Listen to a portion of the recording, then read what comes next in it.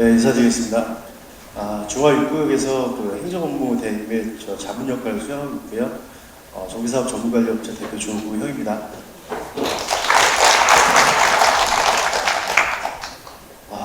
평일인데 바쁘신 시간 내주셔서 감사하고요.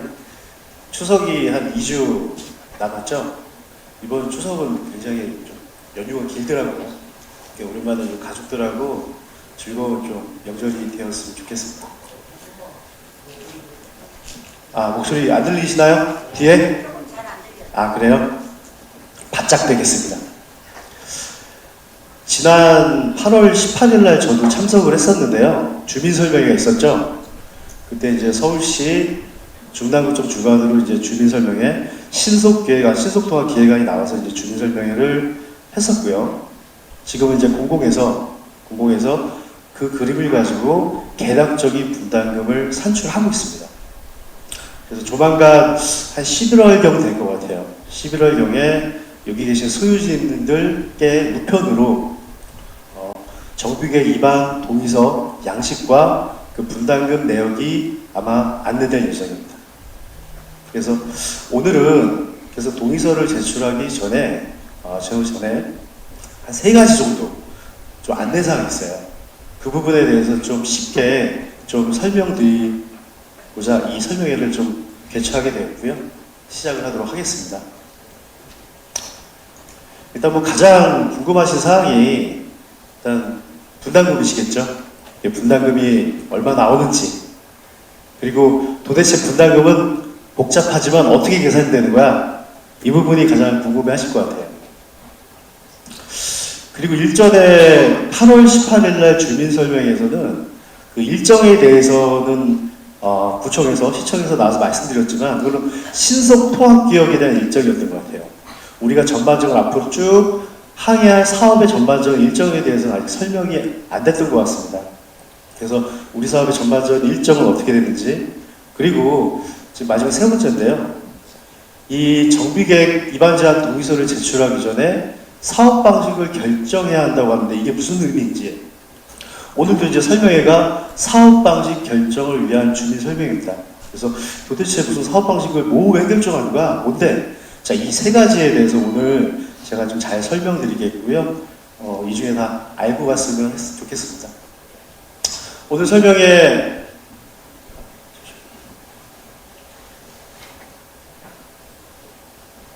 일단 목차를 말씀드리면 사업진의 경과에 대해서 말씀드리겠고요. 그리고 앞으로 추진 계획, 그리고 현재 가치와 우리 중화육구역의 미래 가치, 그리고 사업 방식에 대해서 뒤에 지금 신탁사도 오시고 법무사분도 오셨지만 제가 먼저 사업 방식에 대해서 대략적으로 말씀을 좀 드리도록 하겠습니다.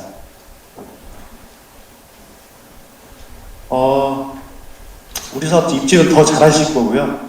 저희 토지 등 소유자는 613명이고 저희 신축 계획은 1280세대입니다.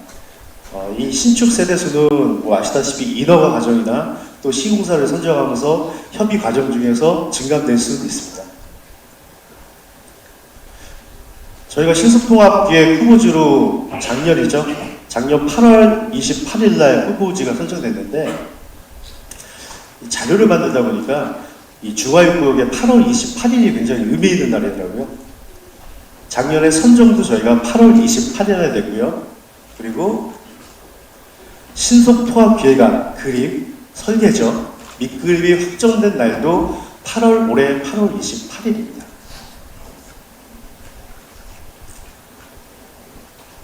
지난달 신속기획안에 대해서 설명회가 있었고요. 아까 제가 모두에 말씀드린 것처럼 25년 11월, 다다음 달이죠. 다다음 달에 구역지정 동의서하고 추정 분담금이 여러분 가정으로 배포될 예정입니다. 이 양식은 구청에서 발송될 예정입니다. 향후 사업 추진 계획에 대해서 좀 말씀드릴게요. 서울시에서는 그 토지 등 소유자 100명 이상이 되는 정비사업에 대해서는 사업이 원활하고 투명하게 진행될 수 있도록 서울시에서 적극 개입해서 지원을 하고 있습니다. 그래서 이 계획 단계에서 신속통합 계획이라는 절차를 통해서 이 건축 계획에 대해 가이드라인을 제공하죠. 8월 달에 보셨던 계획안도 그 일환이고요. 결국 그 비용도 서울시와 구청에서 다 비용을 부담합니다. 실제. 그렇게 해서 이제 구역 지정이 나면, 계획이 수립되면 저희가 사업 시행 주체를 구성해야 돼요. 그러니까 사업 시행 주체를 구성할 때 조합 설립 추진위원회, 조합 설립 전 단계에 조합 설립 추진위원회를 구성해야 되는데, 이것도 만약에 조합 방식으로 가게 되면 구청에서 구청의 비용으로 공정하게 예비 추진위원장, 예비 감사님을 선정할 수 있도록 구청에서 지원을 하고 있습니다. 또한 뭐 시공사 선정 단계에서는 입찰 지침에 대해서 공공에서 먼저 사전 검토를 하고요. 또 시공사하고 공사비 분쟁이 있을 때는 공사비에 대한 검증 역할도 공공에서 지원을 하고 있습니다. 서울시에서 이 전반적으로 굉장히 공적 자금을 투자해서 재개발 재건축 사업이 원활하고 투명하게 진행될수록 많은 역할을 하고 있다는 걸 좀 아셨으면 좋겠고요. 그 신속통합기획에 대한 절차에 대해서 좀 말씀드릴게요. 이 지금 크게는 1번 준비 단계, 위에 계획 수립 단계, 주민동의 단계, 정비구역 지정 단계, 이 네 가지로 이루어질 수 있는데요. 벌써 저희는 1번, 2번이 끝났습니다. 포인트가 안 보이는데요. 준비 단계 계획 수립 끝났죠, 저희. 계획 수립 끝났고요. 그러면 정비구역 지정 단계로 넘어가야 되는데, 쉽게 설명드리면 뭐냐면, 자, 서울시 구청에서 재개발을 할 수 있도록 밑그림을 다 그려놨어요. 용적률 그때 들으셨죠? 그리고 기반시설 시설, 공원, 도로, 어디에 저희가 공원, 도로가 생기고, 그에 대한 면적은 어떻게 되고, 최고 축수는 어떻게 되고, 그 그림들을 다 보셨을 거예요. 그 밑그림을 완성해 놓고, 자, 이 밑그림을 가지고 우리가 구역 지정, 정비계획 수립 및 구역 지정 절차로 들어가야 됩니다. 정비구역 지정 고시란 말 들으셨을 거예요. 정비구역 지정 고시란 말은, 그게 고시가 났다는 것은 재개발 구역으로 확정이 됐다는 말이에요. 저희는 아직 확정되지 않았습니다. 자, 그림만 그려놓고, 이제는 그림 그린 다음에 당연히 인허가를 진행하기 전에 주민 동의가 먼저 있죠. 그래서 그림을 그려놨으니까, 자, 이 그림으로 재개발을 할지, 자, 분담금은 요 정도 나올 것 같은데, 자, 재개발 할지, 그거에 대해서 지금 바로 주민 동의 절차가 시행되는 게 곧 11월이라고 보시면 돼요. 이해되시죠? 그 주민 동의는 50%입니다. 지금 중화유구역이 613명이라고 말씀드렸어요. 토지소유자가 613명의 50% 동의만 이루어지면 구역 지정 인허가 단계로 접어들 수가 있습니다. 근데 여기서 또 하나 결정할 게 있어요. 어떤 게 있냐면, 오늘 이제 설명의 주제가 될 것 같습니다. 이 동의서상에 사업 방식도 결정해야 돼요. 공공재개발 이런 거는 후보지 선정을 통해서 가는 거기 때문에 그걸 말씀드리는 게 아니고, 일단 재개발은 크게 조합 방식과 그리고 신탁 방식이 있습니다. 이 두 가지를 여러분이 선택하셔야 돼요. 그렇기 때문에 좀 설명회가 준비됐고요. 그래서 동의서, 계략적인 분담을 보시고 동의서를 제출하시고, 또 사업 방식에 대해 결정하시고, 그런 것들이 마무리가 되면 다 동의서 제출 통해서 정비계획 인허가 단계로 진행하신다 라면 생각하면 되고요. 그 일정은, 이제 구역지정 고시 일정은 내년도 상반기면은 고시가 날 것 같습니다. 그러면 이제 재개발 구역 확정됐다, 이렇게 이해하시면 될 것 같아요. 이해되시죠?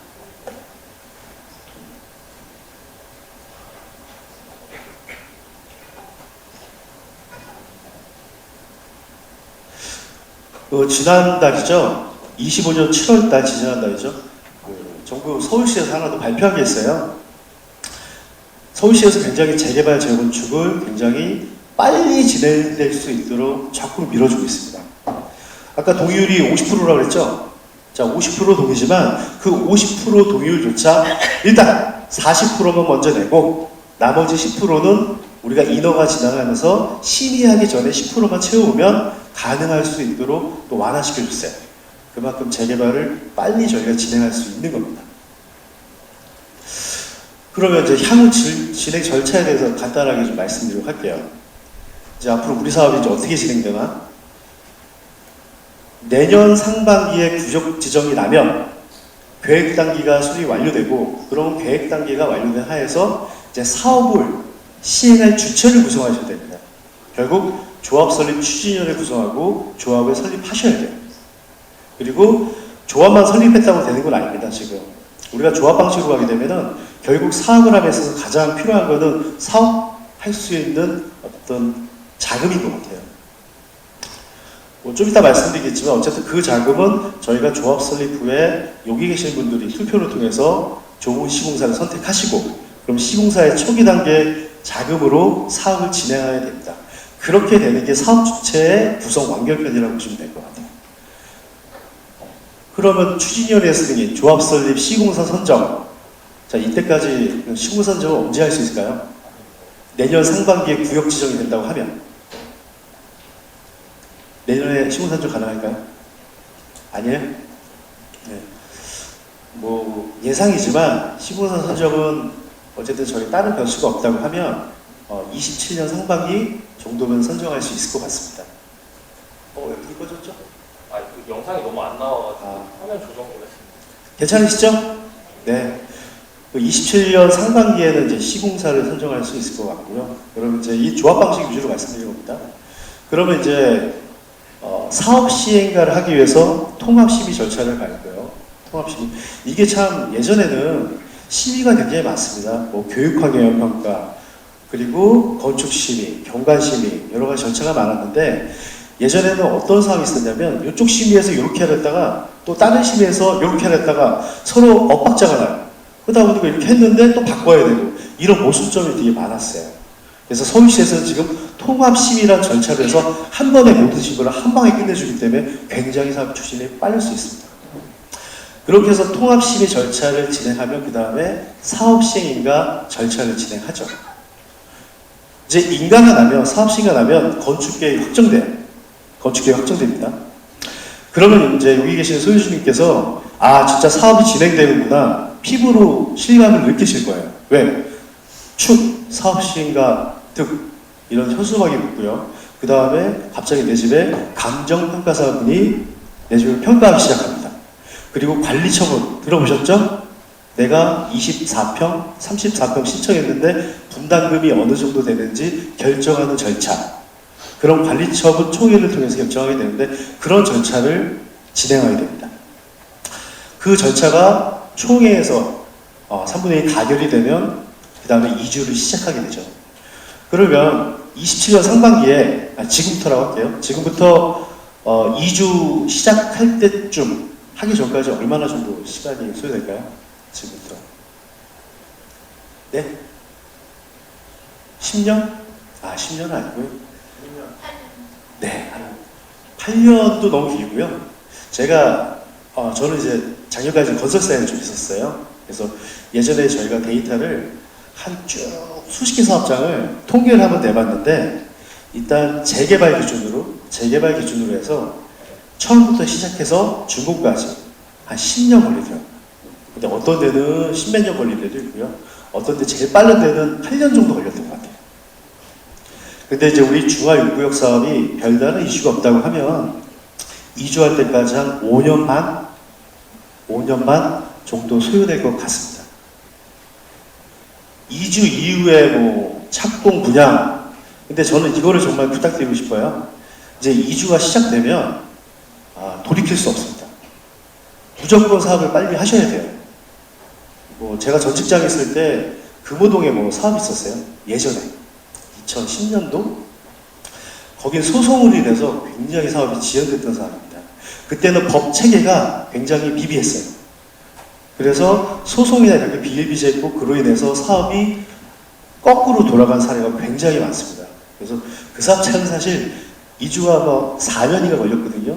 중간에 이제 이사 나가셨다가 다시 철거를 안 했으니까 다시 돌아온 사례도 있습니다. 지금은 이제 법이 많이 제도가 정비됐기 때문에 실제 그런 법적인 소송은 없겠지만 어쨌든 이왕 사업을 시작하고 이주를 하면 엄청난 금액이 나가거든요. 이주비하고 사업비가. 그렇기 때문에 빨리 진행하시는 게 성공 재개발의 답이다라는 말씀을 좀 드리겠습니다. 전반적인 사업 일정은 그렇게 좀 감안하시면 될 것 같고요. 우리 중화1구역의 현재와 좀 미래 가치에 대해서 좀 설명해 드릴게요. 일단 분담금도 분담금이지만 내가 어떻게 보면 여기 계신 분들이 집 주인이면서 내 집을 출자해서 사업을 하시는 거예요. 다 주인이십니다. 그러다 보니까 개발을 통해서 우리가 어느 정도 이득이 되고 개발하면 가치가 있는 것인가 라는 것도 분명히 꼼꼼히 짚을 필요가 좀 있다고 생각합니다. 뭐 위치에 대해서 넘어가겠습니다. 중화동에 지금 주변에 저희 중화 1구역은 입주를 했고요. 아시다시피 그 주변에 많은 구역들에서 지금 재개발, 재건축, 모아타운, 소규모 재건축 사업이 진행되고 있습니다. 어림잡아 신축 세대 수는 거의 15,000세대 가까이 될 것 같고요. 주변이 동시에 개발될 때는 굉장히 중화구역이 그 중심의 시너지에 굉장히 중심의 한복판에 있다. 좀 이렇게 말씀드릴 수가 있을 것 같아요. 동네가 달라지는 거죠. 뭐 동부간선도로 지어야 누구보다 아시잖아요. 근데 사실 이거에 가장 초점을 잃은 것 같아요. 뭐 공원 면적이 넓어지고 그거보다도 저는 강남에 대한 접근성이라고 생각합니다. 뭐 신문기사에 났다시피 강남으로 가는 길이 단축된다. 차선도 확대되고 병목 구간이 없어지고 굉장히 저희가 지금 강남 쪽의 수요로 인해서 강남이 오르면 나머지들이 다 오르잖아요. 접근성 좋은 데가 그 수서부터 오르는 겁니다, 실제. 그래서 이 동부간선도로 지어야 굉장히 그런 의미에서 크다라고 좀 생각하고요. 뭐 정비사업은 사업이 진행될수록 시세가 오르는 거 이거는 다 경험하셨을 겁니다. 경험하실 거고요. 그리고 이제 우리 부른 옆에 리버스 SKU 중화일구역 같은 경우가 물론 조합원 분양가 대비해서 현재 매매가 따지면 한 조합원들이 한 8억 2,300만 원의 이 프리미엄을 받았다. 좀 이렇게 이해하셔도 될 것 같아요. 분담금에 대해서 좀 요거를 한번 좀 설명드릴게요. 이제 분담금 통보를 받으실 텐데 사실 지금은 밑그림에서 산출된 숫자일 뿐이겠죠. 그러면서 사업이 점점 진행될수록 인허가가 나면 건축기획 확정되니까 그 분담금이 더 정확도가 있겠죠. 앞으로 진행되는 절차에서는 굉장히 분담금은 가면 갈수록 정확도가 높을 겁니다. 근데 사실 지금 우리 사업은 아까 말씀드렸죠. 2주까지 최소 5년 반 정도 시간이 필요합니다. 그리고 사업을 지금 만들어 나가는 거예요. 어떻게 보면 갓 태어났어요, 얘가. 진짜 이뻐라. 진짜 신경 쓰고 관심 갖고 하게 되면 이 사업이 정말 이뻐지는 거고, 이뻐진다는 얘기는 사업성이 좋아진다는 거고, 좋아진다는 얘기는 분담금을 낮출 수 있다는 얘기입니다. 자, 거기서 하나 오해하고 계시는 게 이제 감정평가 금액에 대해서 얘기를 하세요. 평가 금액이 높아야지. 이런 생각 하시는데, 자, 평가 금액이 우리 사업 분담금에 어떤 영향인지에 대해서 조금 어려운 얘기일 수 있어요. 어려운 얘기일 수 있는데 좀 쉽게 말씀을 좀 드리도록 할게요. 일단 조합원 분담금은 저 신축 아파트 감정평가에 저게 뭐냐면 그냥 조합원 물건, 조합원 분양가. 일반 분양가 대비해서 조합원 분양가가 싼 거는 다 실거예요. 자, 거기서 분담금을 뭘 빼냐면 기존 건축물 감정평가액에 곱하기 비례율. 자, 이런 용어가 나오는데, 자, 이 용어를 이렇게 생각하지 마시고, 저 두 개를 가지고 권리가액이라고 합니다. 권리가액. 자, 조합원 분양가에서 권리가액 뺀대요. 권리가액이 뭐야? 자, 아까 말씀드렸죠? 여러분은 사업을 하시는 거예요. 사업을 하게 되면 사업 이익이 있죠. 그 이익에 대한 내 권리, 금액을 권리가액 그렇게 이해하시면 돼요. 그래서 좀 예를 들어 설명하면 여기 계신 분들 전 이런 얘기를 좀 들었어요. 분담금 얘기하면은 이제 우리가 분양이 되게 잘 돼. 높은 가격이 잘 되고 그러면 건설사들 돈 많이 번다 지금. 많이 벌었네. 떼돈 벌었네. 이런 얘기도 많이 하시잖아요. 진짜 그렇습니까? 이 재개발 재건축 사업이? 이 사업은 여기 계신 분들이 주택과 땅을 내놓고 하시는 사업이세요. 그래서 사업에 이득이 생기면 누구 거? 건설사 것도 아니고요. 저희 같은 협력사 것도 아니고요. 여기 계신 여러분 거예요. 반대로 사업을 좀 잘 못했어. 분양 경기가 안 좋았어. 예를 들면 그래서 사업에 대해서 손실이 일어났어. 손실도 누구의 몫입니까? 이것이 여러분의 몫입니다. 실제. 자, 그러면 그러면 자, 사업을 저희가 여러 번 했어요. 주택하고 땅을 내놓고 사업을 했는데 그 이익이 뭐 팔고 분양 일반 분양 팔고 공사비 사업비 그래서 지출금이 들어가서 사업 이득이 생기죠. 저 사업 이익이 1,000억이라고 할게요. 1,000억이라고 할게요. 자, 다시 돌아가면 내 분담금은 내가 신청한 조합원 아파트에서 권리가액을 빼는 거라고 했습니다. 그 권리가액은 사업을 통한 이득이라고 했어요. 여기까지 따라오셨죠? 자, 그럼 예를 들어서 사업이익이 1,000억인데 이 1,000억을 어떻게 나눠 가질까 생각을 해볼게요.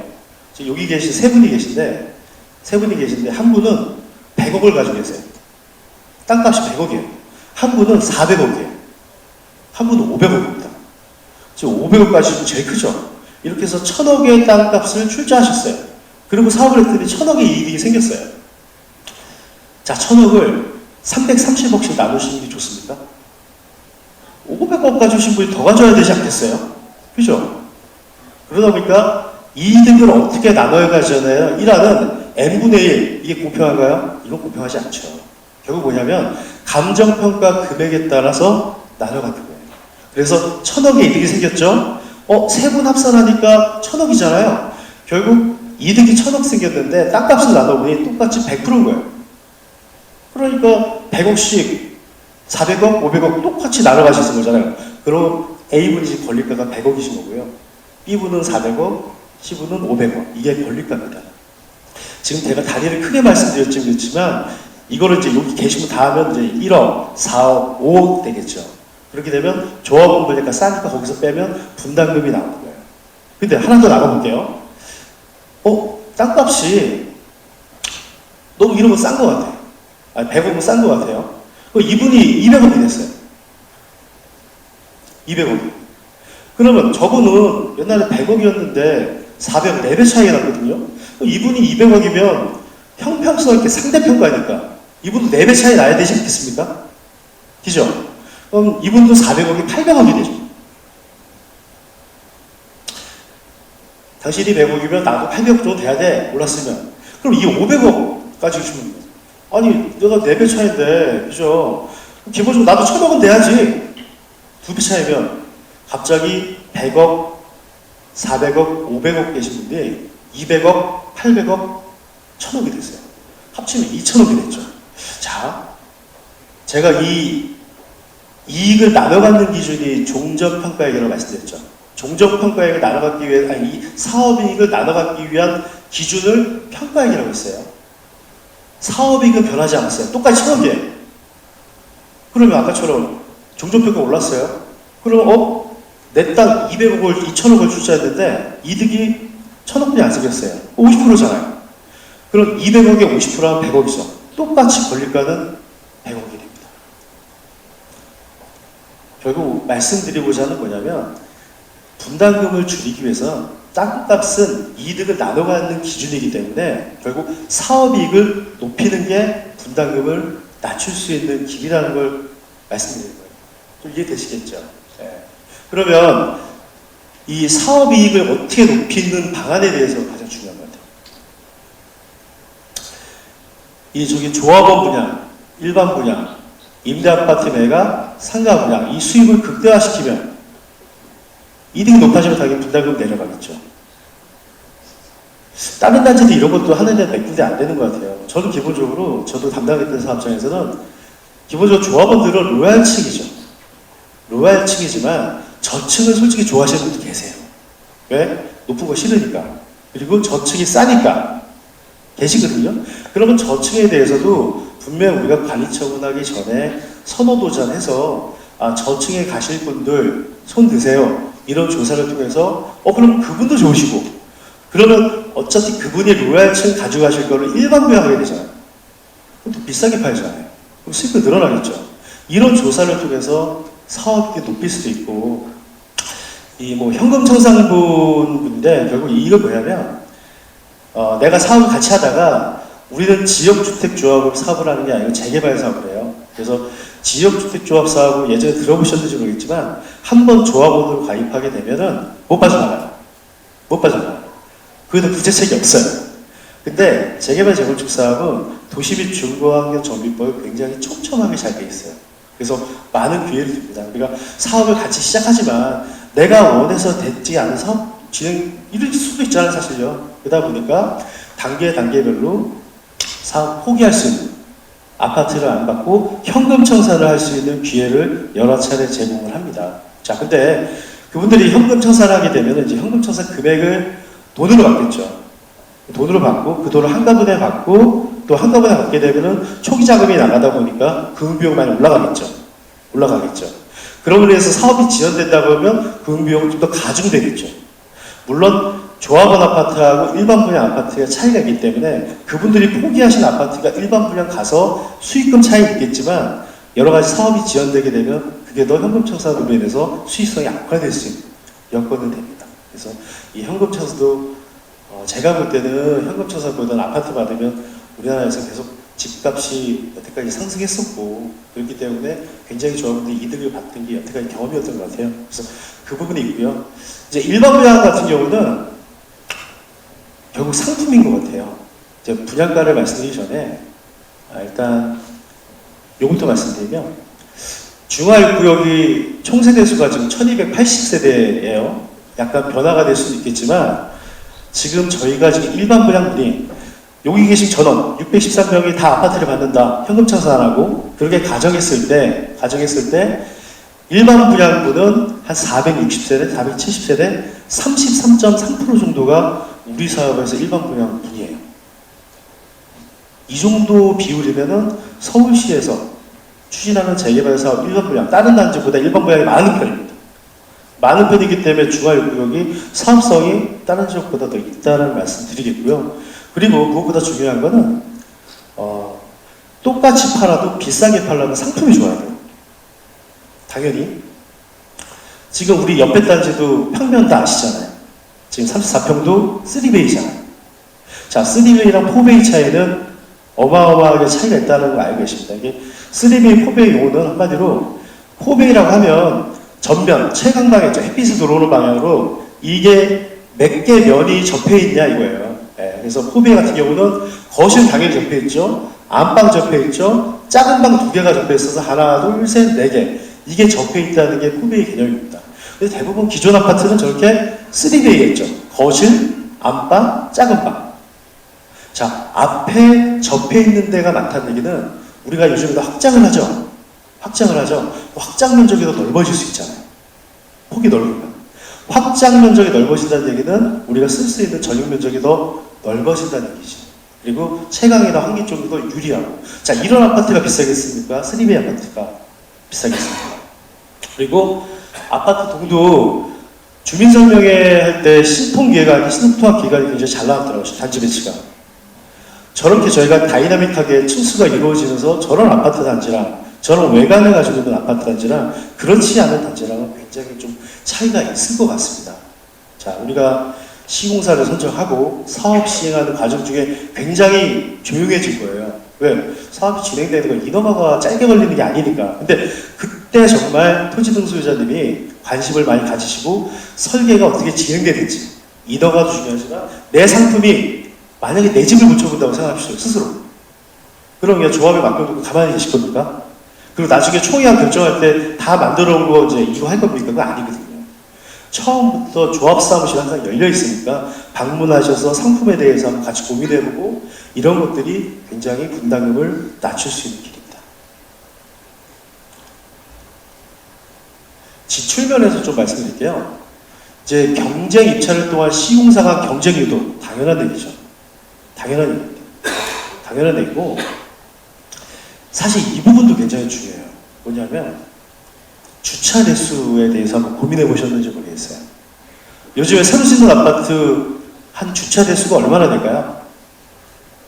법적으로는 한 1.2대면 충분해요. 몇 대 나올까요? 제가 그 전에 회사 그만두고 잠깐 이제 부산에 있었어요. 부산에 있을 때 참 이게 이렇더라고요. 뭐가 있냐면 일단 시공사 선정할 때 이제 물론 이제 조합원 중에서는 투자하신 분도 있고 원주민도 있고 막 그러잖아요. 그리고 중간에 파실 분도 있고 아니면 끝까지 사실 분도 있고 그러지 않습니까? 근데 가장 중요한 거는 물론 뭐 사시는 분이든 투자하시는 분이든 다 니즈가 다를지라도 어쨌든 분담금 아니겠어요. 분담금인데 일단 멋지게 만들고 보자. 멋지게 만들어서 비싸가 뭐 시세가 높게 올라가면은 나중에 뭐 팔고 팔 수도 있고 이렇게 생각하시는 분들 계시거든요, 사실. 그러다 보니까 그런 현상들로 인해서 부산에서는 굉장히 주차 대수를 막 1.8대 2대가 기본이었어요. 1.8대 2대. 법으로는 1.2배면 되는데. 저도 지금 이제 강동구 쪽에 새 아파트 살고 있는데 그쪽도 1.5대입니다. 1.5대인데도 사실 좀 지하 3층은 널널하거든요. 그런데 계산 한번 해볼까요?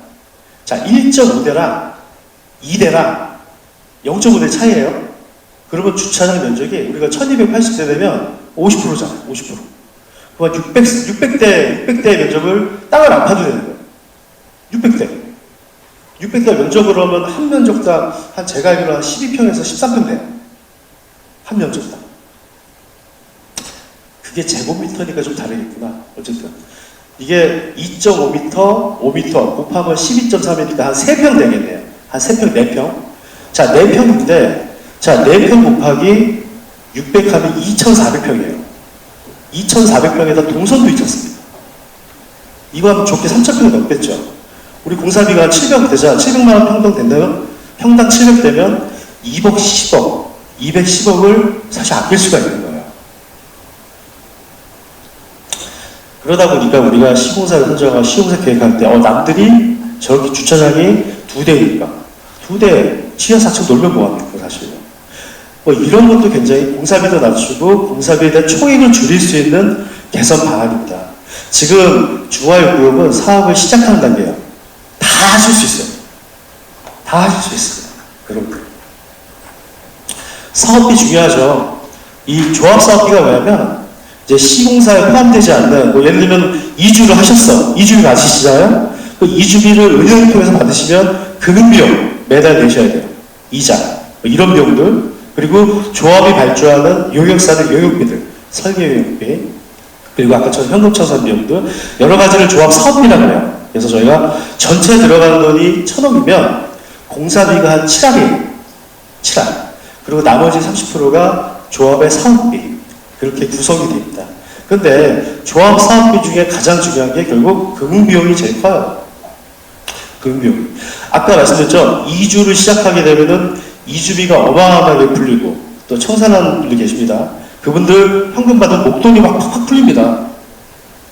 제가 예전에 결제할 때는 하루에 800억이 나갔는데 부들부들 떨었어요, 사실요. 진짜 부들부들 떨었는데, 자, 그렇게 돈이 많이 나가는데, 결국 사업기간, 여러분이 합심해서 사업기간 단축하게 되면 그만큼 사업성을 좋아하실 수밖에 없어요. 그러다 보니까 지금 이제 11월경에 나오는 비례율도 중요하지만, 우리 지역이 중화역구역이 굉장히 개발 잠재력이 풍부해지고 동네가 좋아질 거야. 주변도 다 좋아져.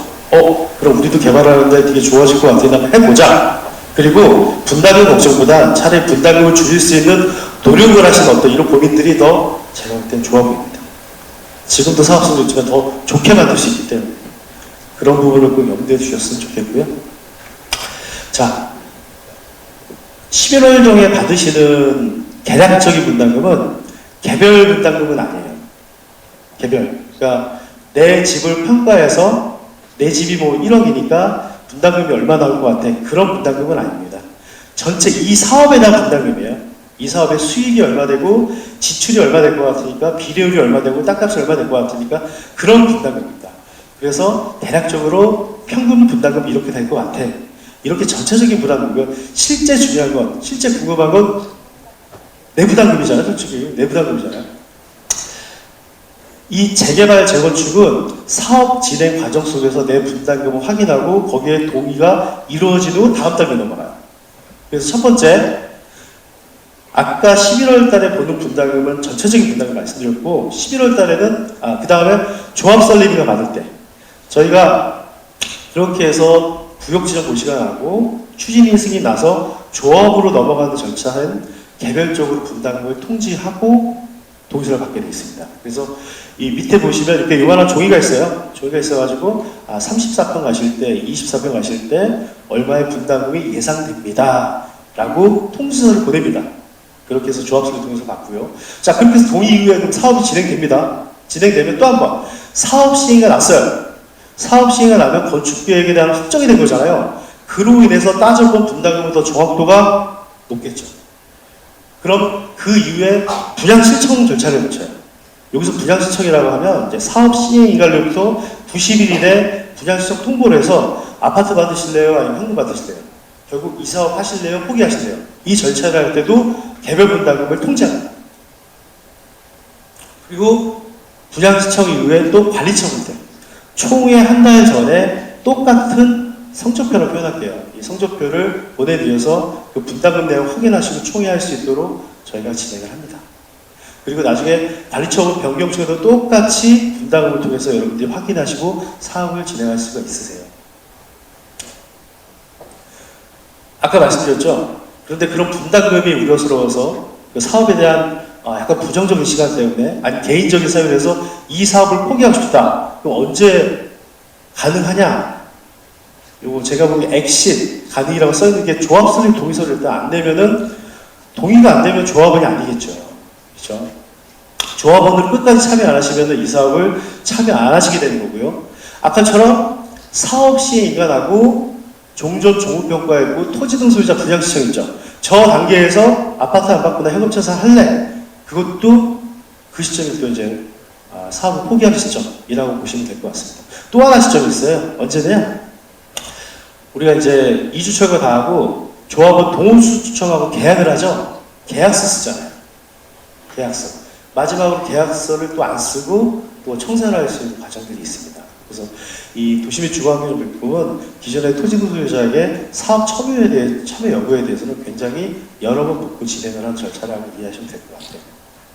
그리고 만약에 이제 현금 청산자가 됐다라고 하시면은 굉장히 또 이게 법적으로 안전성이 많아요. 왜냐하면 또 그걸로 인해서 일단 지방토지수용에서 수용재결 절차를 진행합니다. 근데 금액이 불복해. 그러면 중앙토지수용 가고요. 그 금액도 마음에 안 들어. 행정소송 갑니다. 행정소송 1심, 2심, 3심. 그렇게 여러 번 법적 보호 조치가 있으니까 그렇게 이해하시면 될 것 같아요. 오늘 이제 제목에 걸맞는 이제 사업방식 결정의안 잠깐 그 부분에 대해서 간단하게 말씀드릴 텐데요. 공사비의 폭등, 시공사의 갈등이 있는데 배경 설명을 좀 드려야 될 것 같아요. 배경 설명을. 이 신탁 방식이 뭐냐면 사실 조합으로 안 가고 우리 사업을 전문적인 신탁사한테 맡기는 거예요. 사업을 잘 진행할 수 있도록. 그럼 그 신탁사가 사업이 잘 되든 못 되든 다 책임지는 거냐? 그러진 않아요. 전문적인 신탁사에게 사업을 진행시키는 거고 그로 인해서 이득이 나면 여기 계신 거고 반대로 손해가 여기 계신 거예요. 그런데 이 신탁 방식이 왜 도입됐냐면 이제 2018년도에 이제 서울시가 이제 정부에서 굉장히 고민을 했었어요. 어떤 고민이냐면 아니 이게 시공사가 우리 재개발 재건축 사업은 시공사의 영향력이 어마어마합니다. 왜냐하면 그 브랜드 이걸 떠나서 사업의 초기 단계 대여금을 빌려줍니다. 여러분 사업 시행과 난난 지금 초기 단계 사업에서 누가 돈을 빌려주겠습니까? 담보도 없이. 담보도 빌려주지 않아요. 은행은 언제 들어가냐면 아까처럼 쭉 가서 2주 시작하기 전 관리처분 때 있죠. 관리처분에서 사업 시행가도 확정되고 분담금 내겠다고 확정된 관리처분 총회 이후에 들어가요. 금융권. 그럼 그 앞단에 우리가 인허가도 밟아야죠. 사무실도 운영해야죠. 각종 용역자 돈 주셔야죠. 자, 그 돈을 어디서 구합니까? 줄 수 있는 방법이 대한민국에서는 결국 시공사의 대여금으로 진행할 수밖에 없었던 게 현실인데, 그런데 이제 시공사가 물론 다 그런 건 아니겠지만 약간 갑질이라는 어떤 언론체장의 표현을 써요. 너무 시공사가 과하게 돈을 빌려주는 대가로 해서 너무 이제 공사비를 높게 말고 사업을 내가 갑인데 주인인데 이건 위치가 바뀌어서 뭐지? 이제 이런 것들에 대한 부작용이 많이 생겼어요. 그러다 보니까 정부나 서울시에서는 차라리 이거를 시공사의 임금을 약화시킬 수밖에 뭘까 생각하다가 그럼 차라리 금융권이 돈이 많지 않습니까? 금융권 애들한테 이 사업에 대한 어떤 전반적인 리듬, 시행을 하게 하고, 그러면서 건설사임을 약화시키고, 그래서 금융권에서 돈을 대면서 사업을 추진할 수 방법이 없을까 하다가 결국 신탁사는 금융사거든요. 그래서 신탁 방식을 만든 게 그런 개념 때문에 만들었던 거예요. 이해되시죠? 우리가 중화역구역이 지금 토지등록에서 사업방식 설문조사를 했는데, 어쨌든 이 설문조사는 사업방식에 대한 어떤 설명 없이 했기 때문에 조금 요것 좀 넘어가도록 하겠습니다.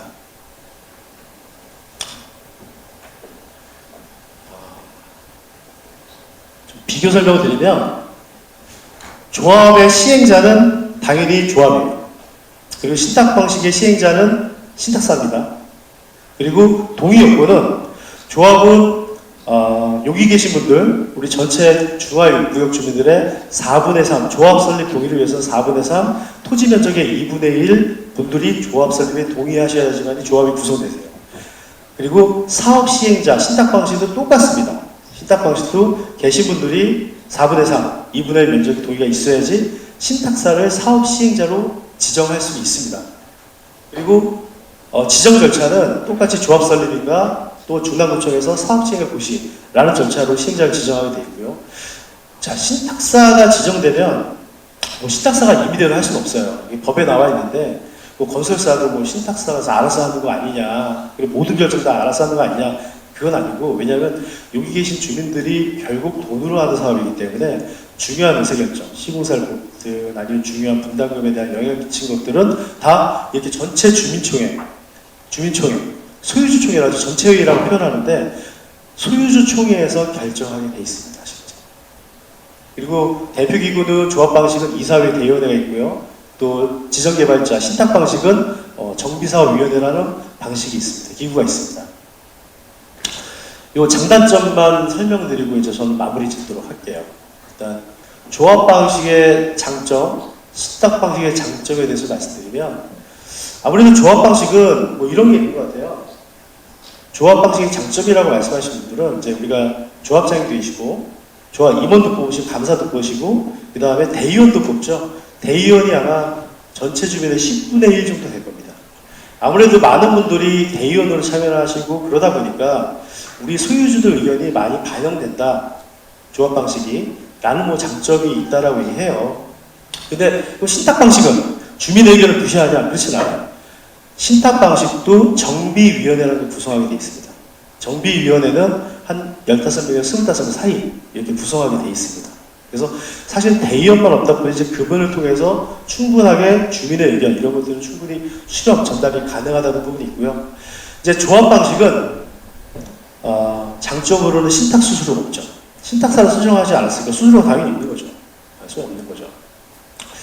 근데 이제 신탁에서는 이제 신탁 수수료가 있는 대신 본인들이 초기 자금을 대고 그리고 건설사의 공사비를 자기네 설계 역량, 공사 검증 등을 통해서 공사비를 낮출 수 있다. 그리고 사업을 빨리 진행시킬 수 있기 때문에 사업비 절감시켜서 수수료가 훨씬 더 많은 이익을 드릴 수 있다. 이렇게 좀 홍보를 하고 있습니다. 조합 방식의 단점으로는 이런 것 같아요. 물론 조합장이 훌륭하신 또 재개발 재건축 쪽에서 계셨던 분도 계시고 충분히 또 학습을 통해서 많이 알고 계신 분 계시지만 아무래도 재개발 재건축에서 전문적인 역량 이런 부분은 떨어지지 않겠냐. 그 부분이 사업을 추진하니까 좀 전문적인 좀 떨어지지 않겠어? 이런 우려. 근데 반대로 신탁사 같은 경우는 어쨌든 정부에서 지정한 거 아니겠습니까? 지정된 방식이기 때문에 전문가가 리드할 수 있는 사업 방식이 그런 장점을 꼽고 있습니다. 그리고 이제 이런 것 같아요. 이제 조합 방식은 사실 내부 다툼 많이 보셨잖아요. 갈등 관계 속에서 조합장이 해임시키고 해임하고 갈등 이런 것들이 굉장히 비일비재하고 또 이제 이런 건 아니겠지만 사실 어떤 믿을 수 없는 부분 혹시나 믿을 수 없는 부분 비리 이런 것들에 대한 우려 이런 것 때문에 이제 조합 방식보다 신탁 방식을 선호하는 이유 그런 것 같습니다. 이 신탁 방식으로 시행되는 데가 저도 지금 이제 참여하는 목동 쪽에 목동에도 지금 14개 단지가 있어요. 1단지부터 14단지가 있는데 그 중에 6개 단지가 이제 조합 방식으로 사업을 추진하고 있고요. 8개 방식은 또 신탁 방식으로 또 사업을 추진하고 있습니다. 그래서 이 2018년도 신탁 방식이 생긴 이후에 꾸준하게 이제 신탁 방식 사업장이 늘어나고 있고요. 저희가 지금 결정해야 될 건 아까처럼 동의서 진구하기 전에 이런 신탁 방식으로 갈지 조합 방식을 선택할지 여러분이 결정하셔야 되기 때문에 오늘 설명의 자리를 마련했다고 보시면 될 것 같습니다. 일단 저는 여기까지 좀 설명드리겠고요. 자세한 건 다음번에 하고 나중에 질의응답 같이 받도록 하겠습니다. 감사합니다.